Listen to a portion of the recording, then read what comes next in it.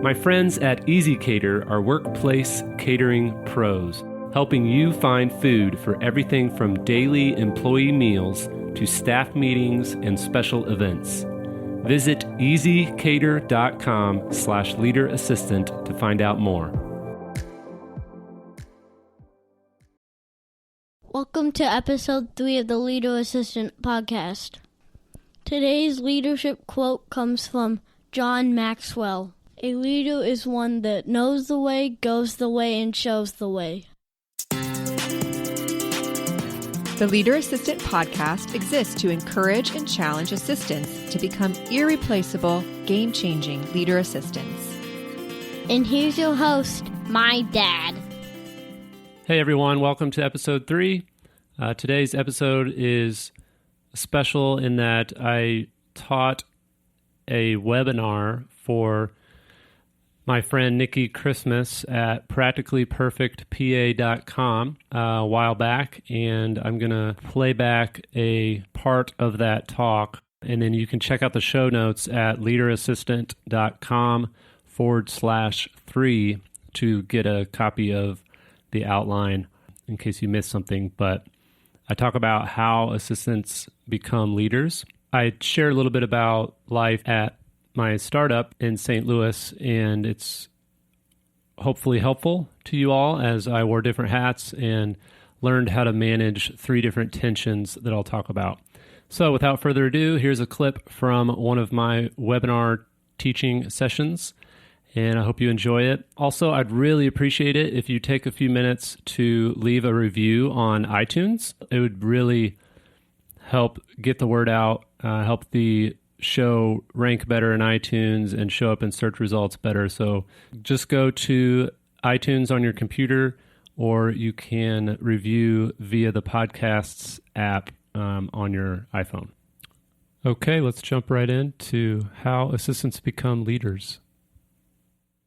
Today I'm going to talk about a challenging scenario that taught me how to manage 3 tensions and how each of those tensions forced me to become a leader. But before I get started, I thought I'd share a bit about myself. I'm an extroverted introvert who loves Jesus, my wife Megan, my sons Weston and Silas, spending time with family and friends, and the Kansas City Royals baseball team. Professionally, I have almost 10 years of experience as an executive assistant supporting fast-paced, high-capacity executives. I'm also the founder and executive coach at Go Burrows, where I help executives and assistants accomplish their goals without burning out. I do this via my blog, group training, one-on-one coaching with executives and assistants. Today I'm going to share some insights from my last year and a half as an EA at a fast-growing startup. So let's jump right in.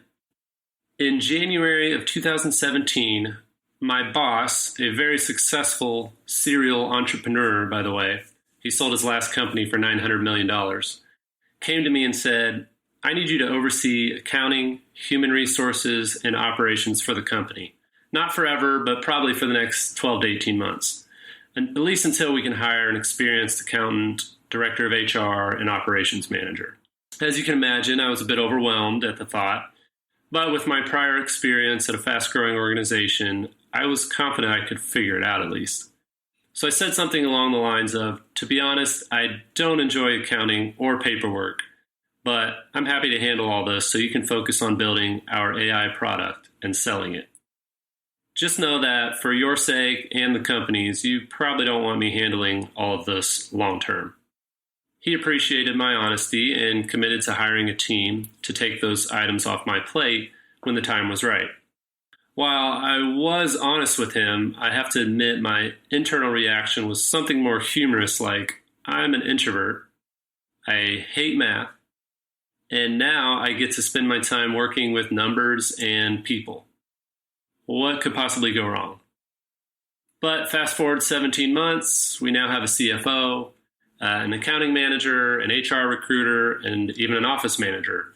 So thankfully, I no longer have to balance our budget or gather onboarding paperwork, which is amazing. All right, now that you know the story has a happy ending, what did I learn about becoming a leader throughout that time? And how can you tackle a scenario like this? Over the past 17 months, I learned to become a leader by managing the following 3 tensions. The first was proactive versus reactive. Second is flexible versus focused. And the third is confident versus humble. So I'm going to talk about these 3 tensions and how leader assistants, as I like to call them, can manage each one. The first one is proactive versus reactive. I believe that a leader assistant anticipates problems before they arise. Here's an example. I was very proactive in that I kept every receipt and had a detailed spreadsheet with all reimbursement information. I was anticipating being asked for information about certain expenses by our eventual CFO or accounting manager. When our accounting manager was hired and started going through our expenses, guess what? She asked me about several specific expenses. So thankfully, I had receipts and detailed spreadsheets to hand over so she was equipped to find the information needed. I also learned that being proactive isn't everything. I can't anticipate everything. So I must learn to be reactive as well. I believe a leader assistant quickly tackles problems as they pop up. For example, as a software startup, 95% of our team members in the first year were software developers. Many were international students who either just graduated or were about to, and who were in America on an H-1B visa. Come to find out, this is a very complicated HR onboarding process. Of course, I had little to no experience in human resources in general, so I certainly had no idea how the onboarding process worked with international employees. So I had to react, and I had to react quickly. Thankfully, early on, I hired an HR expert to help us get set up with payroll and employment verifications, etc. So when the time came to tackle the H-1B visa complexity, I called her, and she was able to walk me through the process or handle some of it on her own. So that brings me to a bonus lesson that I learned. A leader assistant outsources to experts. There was no use pretending I knew everything or that I could do it on my own. Sure, I could have spent a week researching H-1B visa onboarding to teach myself, but remember, I was also the full-time EA to the CEO, so I couldn't just drop everything to become an H-1B visa expert. Sometimes there are items we need to become experts in, sure, but I made the game time decision that this was not a topic I needed to spend my time mastering. So I outsourced it. I hired an HR expert I used to work with to handle this difficult aspect of human resources for the first year. In summary, if you find yourself stuck on a problem, don't be afraid to ask for help, and sometimes even hire help. Okay, back to the tensions. The next one is flexible versus focused. Flexible assistant is willing to do almost anything. As I mentioned, I was not only handling HR and accounting, but I was the office manager. I had to be extremely adaptable, especially in the first 12 months when the team was small. So I would take out the trash, assemble a desk, order lunch for meetings, clean the toilets, and whatever else was needed to get done on a given day. So I'm going to actually share another bonus lesson. A leader assistant has to have a positive attitude. This is pretty straightforward, but a leader assistant is someone who serves with a good attitude, no matter the task being done. It isn't always easy, but I try to keep a positive attitude no matter what is thrown my way. So a leader assistant is willing to do almost anything. They're flexible. But a leader assistant also knows when to say no in order to stay on task, i.e., they need to be focused. Focus is crucial to being productive. In today's distraction-filled world, it's become more and more difficult to focus on anything for long periods of time. There were several times in the first 12 months at our startup where I would ask my boss if I could work from home so I could lock myself in my home office and get everything done on my to-do list without coworkers pinging me every 20 minutes or every 2 minutes at the office. But focus does not just apply to your work environment. It also applies to your to-do list. Are there items on your list that are not allowing you to focus on higher priorities? I would regularly ask my CEO if a certain task was necessary, or if it could be pushed back, offloaded to another team member, or disregarded completely. When a CEO says they want something done, they usually mean it, but not 100% of the time. So another bonus lesson learned: a leader assistant asks clarifying questions, especially if you haven't worked with your boss for long. But even if you have worked for 5-10 years with your executive, clarify what it is your boss wants to save you both the headache. I had to do this several times when it came to accounting. I had never worked for a for-profit before, so I knew nothing about how he wanted the books run. I was annoying him with clarifying questions over and over and over. But in the long run, it has made things easier on our accounting manager and CFO, since I had things mostly set up the way our CEO wanted from the get-go. Okay, the final tension can have the most impact on your attitude and performance as a leader assistant. It's being confident versus being humble. Let's start with being confident. A leader assistant knows they have what it takes to get the job done. Let me say that again. A leader assistant knows they have what it takes to get the job done. Sure, everyone has doubts. That's just part of being human. But a leader assistant must be confident. As you all know, we assistants are in contact with some of the most confident and powerful people in the world. How can we expect to lead from our role as assistants without being confident in ourselves and our ability to get the job done?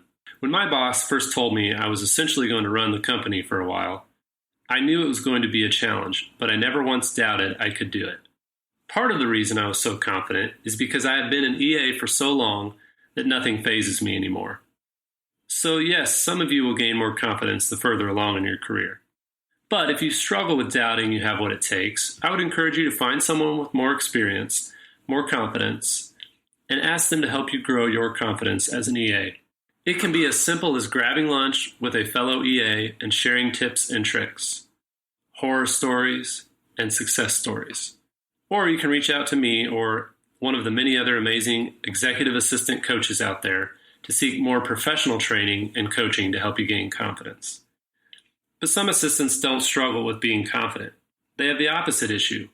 They are not humble. So another thing that I learned is that a leader assistant is grateful for the opportunity to serve others. I'm going to say that again. A leader assistant is grateful for the opportunity to serve others. This isn't in my notes, but if you're not grateful for the opportunity to serve others, you may be in the wrong profession. All right, back to my notes. I've always been a helper and seem to have been wired to serve others. Not that it's always easy, but in general, I find joy in serving others. There's something about helping others accomplish their goals that gets me up in the morning. Robert Greenleaf says, "Good leaders must first become good servants." So having humility is so crucial to becoming a leader. You cannot help others if you're not willing to set aside your pride. Jim Young Kim says it well. No matter how good you think you are as a leader, my goodness, the people around you will have all kinds of ideas for how you can get better. So for me, the most fundamental thing about leadership is to have the humility to continue to get feedback and to try to get better. Because your job is to try to help everybody else get better. Being humble means asking for and applying feedback from others. And it also means admitting when you screw up. It doesn't matter how confident you are or how capable you are at doing your job. You will screw up. You will make mistakes. The question is, will you let your mistakes humble you, or will your pride get in the way of you becoming a respected leader? To recap, this challenging scenario taught me how to manage these three tensions: proactive versus reactive, flexible versus focused, and confident versus humble. I hope today's session helps you work within these tensions as well. Bye for now. Check out this episode's show notes at leaderassistant.com/3.